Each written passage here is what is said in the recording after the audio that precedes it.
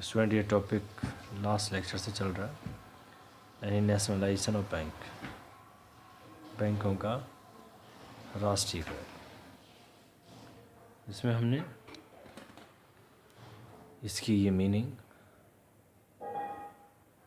इसके ऑब्जेक्टिव और आज हैं इसके डिसएडवांटेजेस ऑफ नेशनलाइजेशन। डिसएडवांटेज देखिए, though the nationalization of commercial bank was undertaken with all objective in many sense, it failed in attaining them. In fact, is converted many of the banking institutions in the loss-making entities. The reasons were the obvious: lethargic working, lack of accountability, lack of profit motive, political interference, etc. Under this backdrop, it is necessary to have a critical look to the whole process of nationalization in the period after bank nationalization.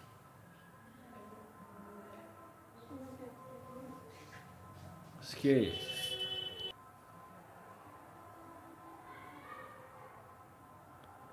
Student number 1 disadvantage है इसका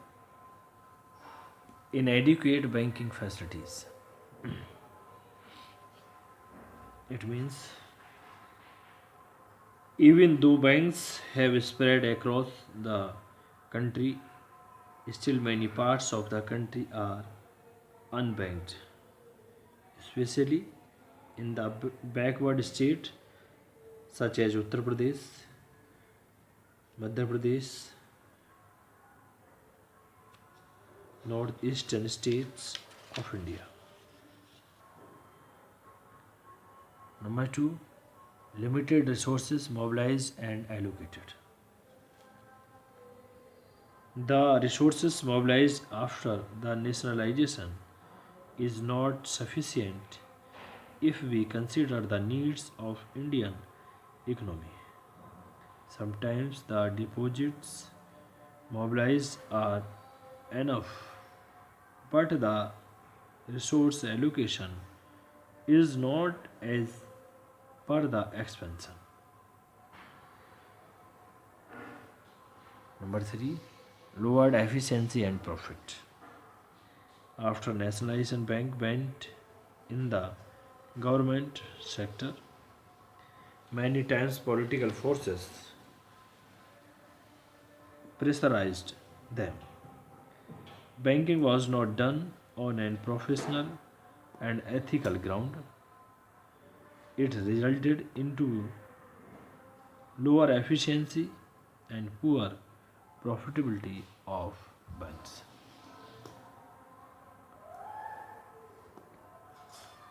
Number 4, increased expenditure.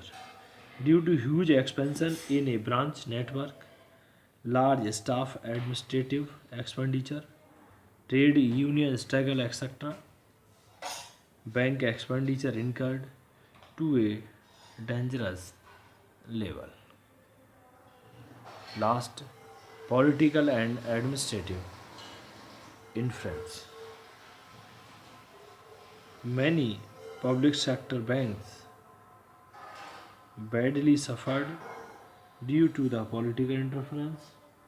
It was seen in arranging loan meals. It's ultimately resulted in huge non-performing asset of these bank and efficiency. इसमें इसके disadvantage थे। देखिए next topic, application of the act. There are basically 3 kind of applications. Number 1, Private sector bank. Private sector bank mainly started their business as companies registered under the Companies Act. The whole of the Act, except Section 56, is applicable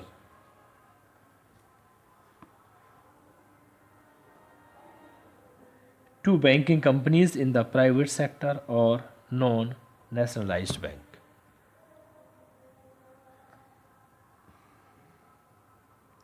Number 2, public sector bank.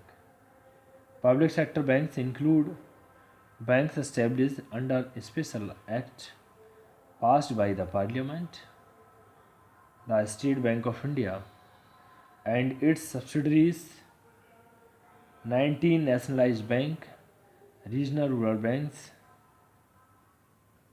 fall under this category.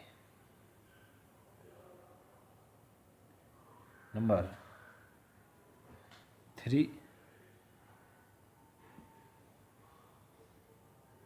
cooperative banks. Cooperative banks are registered as societies under the Cooperative Societies Act 1912.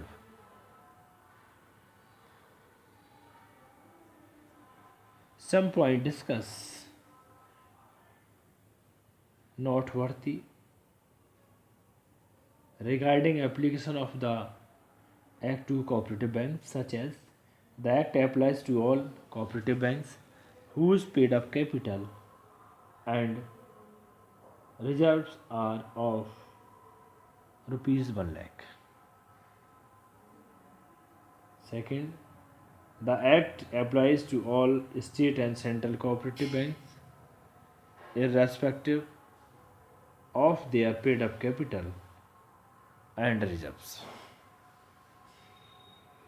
The provisions of the Act are applicable to cooperative banks as modified by the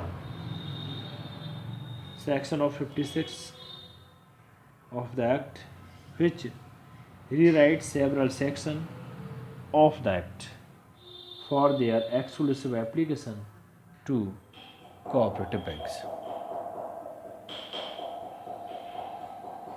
The Act does not apply to such as all primary agriculture credit societies, non-agriculture primary credit societies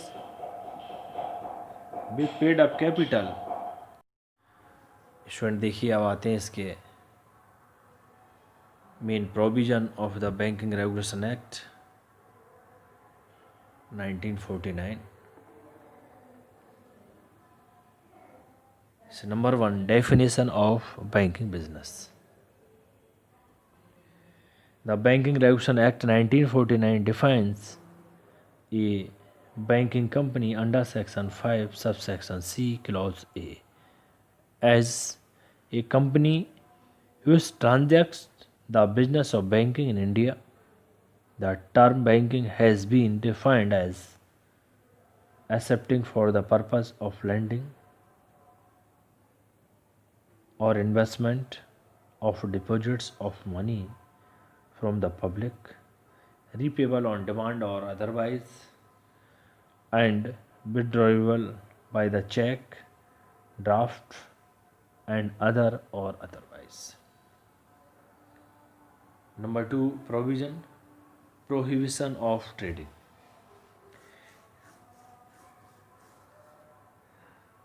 Section 8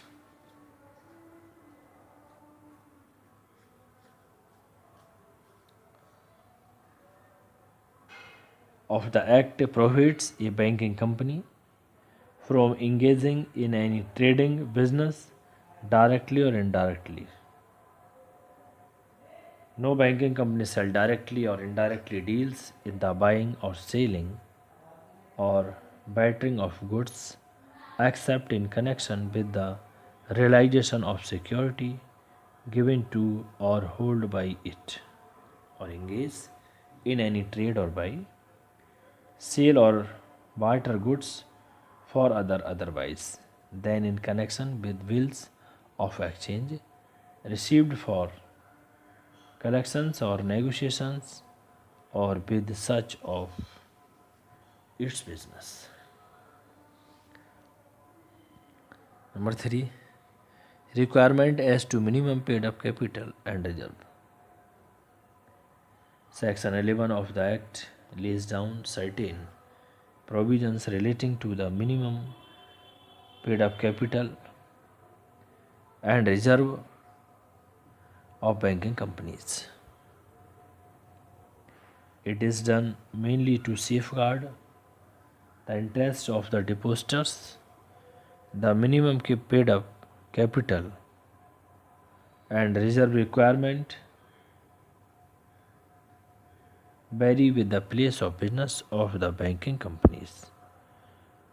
According the banking companies incorporated outside India, those incorporated in India. Number 4. Licensing of banking companies. Section 22 of the Act requires every bank to obtain a license from the Reserve Bank of India for carrying on banking business in India. This provision is intended to discourage indiscriminate flotation of bank. Before Act requires every bank obtain a license from the Reserve Bank of India for carrying on banking business in India. This provision is intended to discourage discriminate flotation of bank. Before granting the license, RBI will indiscriminate flotation of banks. Before granting the license, RBI will inspect of the banks of accounts and they may require to be satisfied that the some points such as company is in a position to pay its present or future depositors full, the affairs of the company are not being connected in a manner detrimental to the interest of its present or future depositors. Student, आज हमने इसकी 4 point discuss किए. कल next lecture में इसके number 5 point से discuss करेंगे, यानी ओपनिंग ऑफ न्यू ब्रांचेस से. Thank you student.